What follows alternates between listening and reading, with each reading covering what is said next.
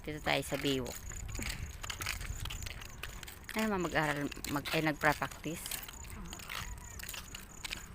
Ganda dito guys, oh. Mga estudyante, oh. Lapad na ng ano, no? Pwede nang daanan ng kotse, no? Truck.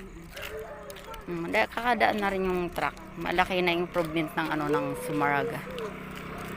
Improvement. Improvement raw. Ibig sabihin, mayaman na ang Sumaraga. Kasing laki na ng improvement. Shout out sa mga taga Sumaraga dyan. Ayan, shout out sa ating mayor.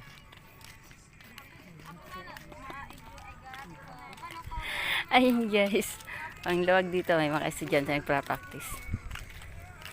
Diri sa liwan na lalubo.